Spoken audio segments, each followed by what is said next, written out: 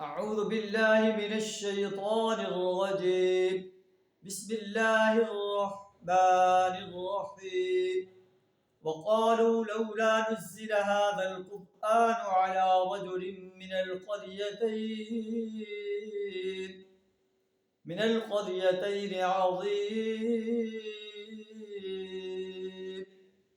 أهم يقسمون رحمة ربك نحن قسمنا بينهم معيشتهم في الحياة الدنيا ورفعنا بعضهم فوق بعض درجات ليتخذ بعضهم بعضا سخريا ورحمة ربك خير مما يجمعون.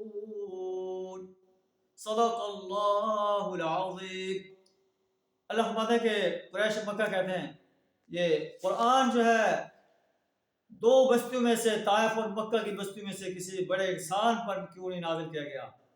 نبی صلی اللہ علیہ وسلم جو ایک غریب انسان ہیں، جو یتیم ہو گئے اپنے بچپن میں، اور یہاں آپ کا کوئی مرتبہ نہیں ہے، آپ کوئی سردار نہیں ہے، آپ پر کیوں نازل نہیں کیا گیا؟ مکہ کے سرداروں پر اور طائف کے کسی سردار پر کیوں نازل نہیں کیا گیا؟ اللہ فرماتا ہے کہ انہیں کہیں اہم یقسمون رحمت ربک، کیا رب کی رحمت یہ لوگ تقسیم کرتے ہیں؟ دنیا کی زندگی میں ان کی گزر بسر کے ذرائع تو ہم نے ان کے درمیان تقسیم کیے ہیں، تو کیا رسالت یہ تقسیم کرتے ہیں؟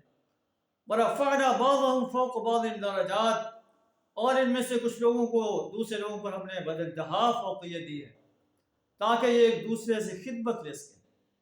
وَرَحْمَةُ رَبِّكَ خَيْرٌ مِّمَّا يَجْمَعُونَ، تیرے رب کی رحمت اس دولت سے زیادہ قیمتی ہے جو ان کے یہ رئیس لپیش ہیں.